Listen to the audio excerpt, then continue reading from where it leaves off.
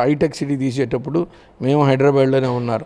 చాలామందికి అర్థం కాల, ఏంటి హైటెక్ సిటీ ఏంటి, ఈ జాబులు ఏంటి, కంప్యూటర్లు ఏంటి, ఇదేంటి, ఆ బండరాళ్ళల్లో పెడతాం ఏంటి, ఇన్ని కోట్లు పెడతాం ఏంటి అని. మాకు కూడా ఫస్ట్లో ఏంటి అంటున్నారు అని అనుకున్నాం. ఆ ఫలితాలు వచ్చేపాటికి టైం పడుతుంది. కానీ లక్షల మంది యావరేజ్గా ఉన్న ఫ్యామిలీసు వాళ్ళు శ్రీమంతులుగా మారటం, ఒకళ్ళ సహాయం చేసే స్థితికి వాళ్ళు వెళ్ళారు. అట్లాగే ఆయన ఆలోచనలు కొంచెం లేట్ ఉంటాయి కానీ చక్కగా ఉంటాయి. కాబట్టి అవన్నీ దేవదేవుడు అమ్మవారు ఆశీస్సులు ఇచ్చి ఆయన ఆలోచనలు మంచిగా జనాల్లోకి వెళ్ళి ఇంకా విరిసి ఫలితాలు రావాలని కోరుకుంటున్నాం. అది ఆ స్థాయిలో నేను మాట్లాడే స్థాయి నాది కాదు. ఆయన ఆలోచనలు వేరు. ఆయన ఫ్యూచర్ దీనికి ఆంధ్రప్రదేశ్ బ్రహ్మాండమైన పొజిషన్కి వెళ్ళాలంటే అటువంటి బ్రెయిన్కి ఆయుష్ రావాలి. నా ఆయుష్లో కూడా కొంత భాగం అతనికి ఇవ్వాలని దేవుణ్ణి కోరుకుంటున్నా. అటువంటి వాళ్ళు ఒక్కడ ఉంటే చాలు.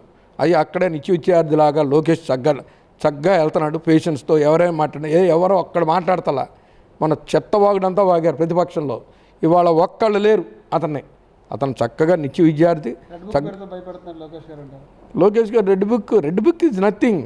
ఎవడైతే లీగల్గా లేకుండా అన్యాయమైన పనులు, అన్యాయమైన చండాల పనులు చేస్తారో వాళ్ళకి ఫలితాలు ఉంటాయి. ఇట్లాగే ఉంటాయి ఫలితాలు. సో ఇంకా ఉంటాయి. అవి స్లోగా వెళ్తున్నాయి. ఆ ఎవిడెన్స్లో అవి తీసుకుని డిపార్ట్మెంట్ అది తీసుకుంటుంది. ఈ రెడ్ బుక్ అంటే అంతే, లీగల్గా ఎవరు తప్పు చేస్తే చెయ్యాలని. ఏదో 4 తప్పించుకోవచ్చు కానీ 99% ఎవడో తప్పించుకోలేడు.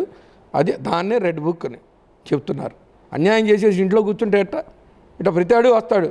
ఇప్పుడు తెలుగుదేశం పార్టీ ఎందుకు సస్పెండ్ చేసింది? లేడీస్ని ఒక్క మాట అన్నా కూడా మేము ఊరుకోం, మా పార్టీ పాలసీ ఇది అని చూపించారు. అది లేకుండా నీ ఇష్టం వచ్చినట్టు వాగి చేసిన వాళ్ళు ఇద్దరు వెళ్ళిపోయారు కదా. ఇంకా ఉన్నారు చెత్తాళ్ళు. టైంలు వాళ్ళది మొత్తం ఫైల్స్ రెడీ అవుతాయి. అవి కరెక్ట్గా లేదు, వీళ్ళు తప్పు చేశారు అనుకున్నప్పుడు వాళ్ళకు కూడా గతి పడుతుంది. దాంట్లో అనుమానం లేదు. మనం ఇష్టం వచ్చినట్టు బిహేవ్ చేసేసి మేము పతిత్తులం అంటే కుదరదు. ఏదైతే తప్పులు చేశారో ఇల్లీగల్గా వాళ్ళు ఫలితాలు అనుభవించాల్సిందే.